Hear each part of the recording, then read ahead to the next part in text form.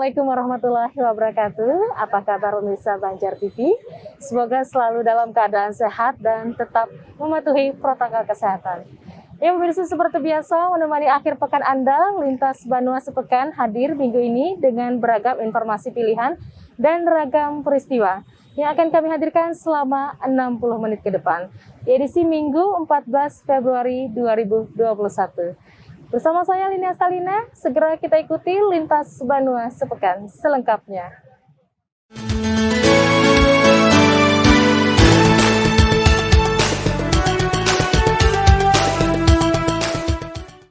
Pemirsa, kita awali Lintas Banua Sepekan minggu ini, memasuki minggu kedua bulan Februari tahun 2021.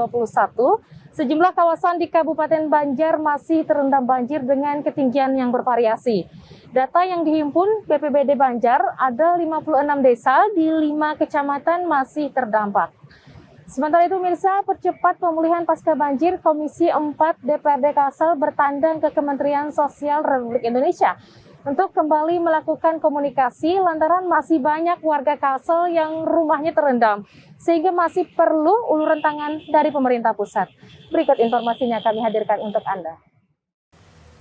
Berdasarkan data BPBD Kabupaten Banjar, 5 kecamatan yang masih terdampak banjir meliputi Martapura Barat, Sungai Tabuk, Martapura Timur, Martapura Kota, dan Cintapuri Darussalam.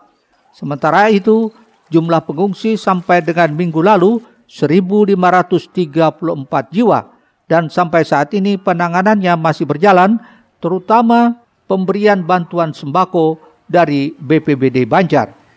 Menurut Kepala BPBD Banjar Irwan Kumar, beberapa titik akses yang terdampak banjir sulit dijangkau karena air yang masih dalam. Namun terus diupayakan penanganan bantuan dengan menggunakan perahu. Ya, memang aksesnya masih ada yang susah ya, karena ada air dalam, masih ada yang dalam. Tapi kita berusaha untuk mereka, kita akan sampaikan ke sana. Seperti Cintapuri kemarin, kami tidak bisa menembus waktu hari Kamis Jumat, tapi kita bantu dengan perahu untuk kesananya. Jadi mulai kecamatan di backup ke sana.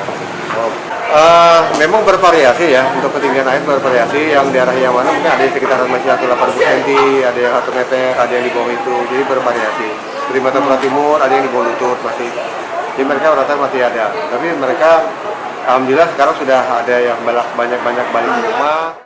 Warga yang masih mengungsi kebanyakan berasal dari Kecamatan Sungai Tabuk, Martapura Barat, dan Martapura Timur, umumnya menempati fasilitas madrasah dan sekolah. Ahmad Ramadhani, Banjar TV.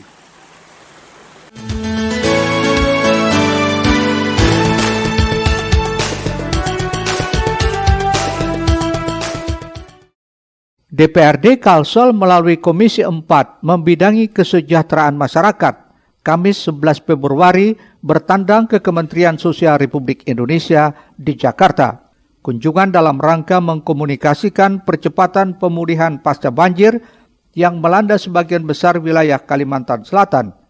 Dipimpin Ketua Komisi 4 DPRD M. Lutfi Saifuddin, juga didampingi Wakil Ketua DPRD Kalsel M. Sarifuddin dan Hajah Mariana. Rombongan disambut hangat Kepala Subdirektorat Kasubdit Penanganan Korban Bencana Alam Sosial Heru Cahyono. Ketua Komisi 4 DPRD Kalsel Lutfi Saifuddin menjelaskan kunjungan kali ini untuk mengkomunikasikan kondisi pasca banjir lantaran beberapa wilayah kabupaten di Kalimantan Selatan masih dalam serba kekurangan. Hal itu diketahui anggota DPRD Kalsel yang terjun langsung ke sejumlah titik terendaman banjir bahwa sangat banyak warga pengungsian yang masih membutuhkan uluran tangan pemerintah. Alhamdulillah hari ini berkesempatan melakukan audiensi dengan Kementerian Sosial dalam rangka kita menanggulangi mungkin pasca bencana banjir yang melanda Kalimantan Selatan. Ya, tadi harapan-harapan sudah kami sampaikan, mudah-mudahan bisa mendapat jawaban yang berarti buat masyarakat kita di Kalimantan Selatan. Khususnya yang memang menjadi tugas dan fungsi dari Kementerian Sosial. Hal-hal lain yang di luar kewenangan Kementerian Sosial mungkin nanti akan kami koordinasikan dengan rekan-rekan di komisi lain untuk juga berkoordinasi kepada kementerian-kementerian yang terkait. Sementara itu terkait kendala penanganan banjir maupun pasca banjir juga turut disampaikan Sekretaris Dinas Sosial Kalsel, Hajah Tiah Anuriani, salah satunya keterbatasan dapur umum, tangki air bersih, dan perahu karet. Namun sangat bersyukur, pasalnya cukup banyak relawan dari dalam maupun luar Kalimantan Selatan yang sigap membantu penanganan dari hari pertama hingga saat ini. Mohail, Banjar TV. Selanjutnya pemirsa, Menteri Pertanian RI Syahrul Yassin Limpo melakukan kunjungan kerja ke Kabupaten Banjar dalam rangka penyerahan bantuan kemanusiaan untuk korban banjir di Kalimantan Selatan, khususnya bantuan bibit bagi para petani. Di samping itu, taksasi kerugian tanaman pangan dan hortikultura akibat banjir di Kabupaten Banjar mencapai 38,2 miliar rupiah. Kerugian ini meliputi dampak terhadap pertanian padi, hortikultura, sarana prasarana penyuluhan, asintan, maupun jalan usaha tani. Sedang lahan fuso seluas 4.517 hektar. Kedatangan Menteri Pertanian RI Syahrul Yassin Limpo di Kota Intan Martapura langsung disambut Bupati Banjar Kiai Haji Halilur Rahman beserta jajaran Forkopimda setempat dan pemerintah Provinsi Kalsel. Mentan pun langsung mengunjungi posko penanganan banjir di halaman Setda Banjar serta mendengarkan pemaparan pelaksana tugas Kepala Dinas Tanaman Pangan dan Hortikultura Kabupaten Banjar, Edi Hasbi, mengenai dampak yang dialami sektor pertanian akibat banjir yang kerugiannya ditaksir mencapai 38 miliar lebih di 207 desa di 19 kecamatan. Mentan RI menyatakan pemilihan pertanian di Kalsel merupakan prioritas.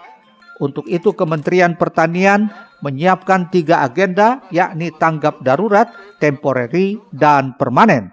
3 agenda yang kami akan lakukan di sini, agenda SOS, agenda darurat, yaitu bagaimana ikut membackup secara bersama-sama agar kemampuan rakyat yang ada, negara harus hadir untuk membantu dengan segala kekuatan yang ada agar mereka tetap bisa survive dalam menghadapi banjir ini. Yang kedua, temporary agenda mengganti semua yang fuso. Tentu saja datanya harus konkret, datanya harus jelas. Yang ketiga, permanent system yang kita harapkan itu dilakukan secara padat karya di tempat ini. Contohnya misalnya ada 1.000 hektar karet yang bersoal, saya akan minta dirjen saya, para dirjen teknik yang ada, PSP, tanaman pangan, perkebunan, akan untuk turun. Sementara itu Bupati Banjar Kiai Haji Halilur Rahman menyampaikan apresiasi kepada pemerintah pusat atas bantuan yang diberikan dan berharap dengan bantuan ini perekonomian masyarakat segera kembali pulih. Datangnya Menteri Pertanian ke daerah kita, dengan ini kita bisa bangkit kembali, jangan meratapi banjir terus, supaya kita ini bangkit kembali, ekonomi pulih kembali, karena daerah kita ini adalah daerah agraris. Penduduk Kabupaten Banjar ini hampir 75% petani. Bantuan berupa sembako dan padi untuk lahan seluas 50.000 hektar dari Kementan RI ini diserahkan secara simbolis kepada Kepala Dinas Tanaman Pangan dan Hortikultura Kalsel dan Bupati Banjar. Ahmad Ramadhani, Banjar TV.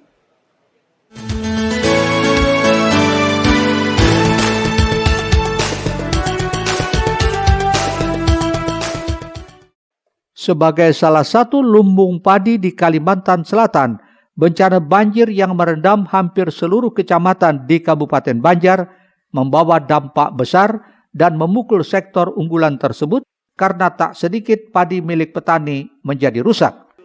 Pelaksana tugas Kepala Dinas Tanaman Pangan dan Hortikultura Kabupaten Banjar, Edi Hasbi menjelaskan, taksasi kerugian sektor tanaman pangan dan hortikultura akibat banjir di wilayah ini mencapai 38,2 miliar rupiah. Ini termasuk dampak terhadap pertanaman padi, tanaman pangan dan hortikultura, sarana prasarana penyuluhan, alat mesin pertanian, jalan usaha tani, hingga sarana mobiler lembaga penyelenggaraan pertanian. Sampai saat ini lahan fuso di Kabupaten Banjar seluas 4.517 hektar dengan total kerugian khusus padi mencapai 11 miliar rupiah dan alat mesin pertanian yang terendam 1.600 unit serta 1.900 unit infrastruktur terdampak banjir. Kemudian total kehilangan gabah kita kurang lebih 198 ton. Ini luar biasa, juga mempengaruhi kepada indeks ketersediaan dan kebutuhan kita. Dulunya berkisar di 1,5, sekarang turun menjadi 1,3. Nah, 1,3 berarti ketersediaan kita sudah mulai merosot. Diakibatkan petani-petani kita kemarin kan susah menjemur. Kemudian juga susah menggiling, peralatannya juga tidak bisa digunakan karena terendam. Nah, ini totalnya 38,2 luar biasa. Direncanakan prioritas bantuan bibit padi dari pemerintah ditujukan kepada berbagai lokasi yang sudah bisa ditanami seraya menunggu datangnya bantuan berikutnya. Ahmad Ramadhani, Banjar TV.